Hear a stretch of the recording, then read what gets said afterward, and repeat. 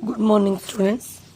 हमारी एसएस की क्लास का टाइम हो चुका है और आज हम हमारी एसएस की क्लास शुरू करते हैं। डियर स्टूडेंट, एसएस में आज हम पढ़ेंगे विश्व के तापवर्ती कटिबंध यानी कि विश्व के प्रमुख ताप कटिबंध। इसमें सबसे पहले शुरू करते हैं हम जलवायु। सबसे पहले हम पढ़ेंगे कि बेटा जलवायु क्या होता है और वो कौन कौन से ऐसे कारक हैं जो जलवायु को प्रभावित करते हैं। जलवायु किसी स्थान पर की लंबे समय तक रहने वाली मौसम की औसत स्थिति है, यानी कि ज़्यादातर किसी स्थान का मौसम जैसा रहता है लंबे समय तक, वो वहाँ का जलवायु होता है। जलवायु प्रत्येक स्थान पर एक जैसी नहीं होती, प्रत्येक स्थान पर अलग अलग होती है। किसी स्थान पर शुष्क, नम, ठंडी और उष्ण जलवायु हो सकती है। यह कम से कम 30 वर्ष के मौसम की परिस्थितियों पर निर्भर करता है। जलवायु हमारे रहन सहन को प्रभावित करता है। जलवायु पौधों, पशुओं, भोजन और वस्त्रों को भी प्रभावित करता है। जलवायु को प्रभावित करने वाले कारक कौन कौन से हैं, तो बेटा समझ में आ गया आपको जलवायु क्या है। जलवायु किसी भी स्थान की लंबे समय तक रहने वाली मौसम की औसत स्थिति यानी ज़्यादातर जैसा वहाँ मौसम रहता है वो वहाँ का जलवायु होता है। जलवायु को प्रभावित करने वाले कारक, जलवायु को प्रभावित करने वाले बहुत से कारक हैं, जिनमें से कुछ हम यहाँ पढ़ेंगे।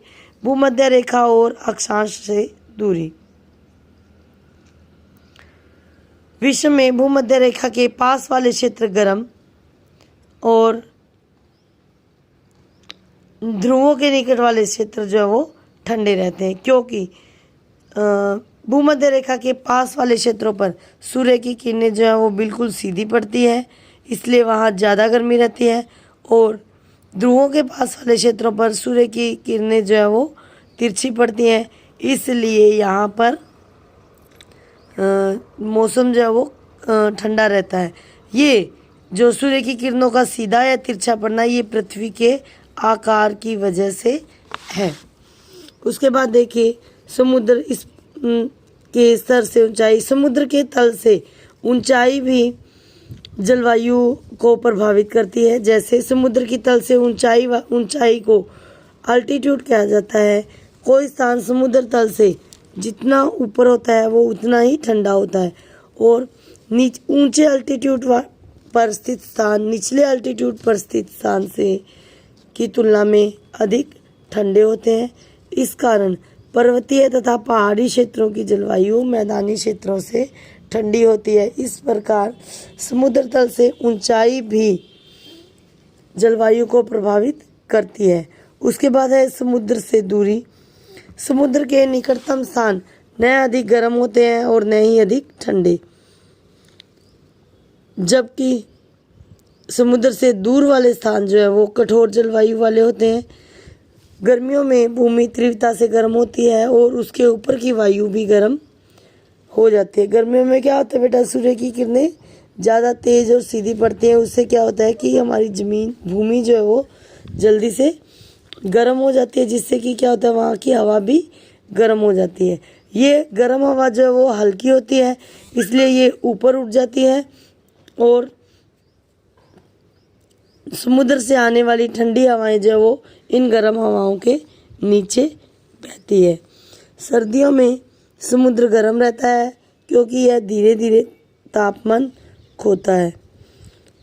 ठीक है बेटा, सर्दियों में क्या होता है, समुद्र का पानी जो वो धीरे धीरे भाप बनकर उठता है, तो जो ऊपर का टेम्परेचर होता है वो गर्म रहता है। इस प्रकार समुद्र के निकट के स्थानों पर समुद्री हवाएं सर्दियों में गर्म और गर्मियों में ठंडी होती है। गर्मियों में ठंडी इसलिए होती है बेटा कि समुद्र का ऊपर का जो पानी होता है गर्म पानी, तो वो जल्दी जल्दी भाप बनकर उड़ता रहता है, तो नीचे का पानी ठंडा होता है, तो नीचे के पानी के संपर्क में जो हवा होती है वो ठंडी होती है। इस प्रकार समुद्र से का पास या दूर होना भी जलवायु को प्रभावित करता है। नेक्स्ट हमारा पॉइंट है आर्द्रता और वर्षा।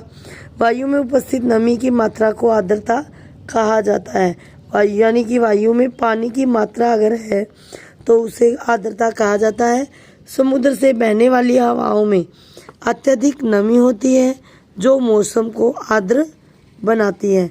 क्यों होती है बेटा अत्यधिक नमी समुद्र से बहने वाली हवाओं में?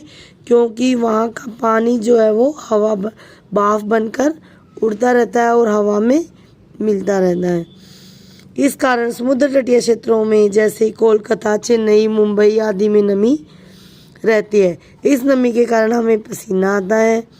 जैसे बेटा बारिश के मौसम में होता है ना, रेनी सीजन में आजकल जैसे हो रहा है, बारिश के कारण चिपचिपाहट सी रहती है ना, वो हवा में नमी के कारण ही रहती है।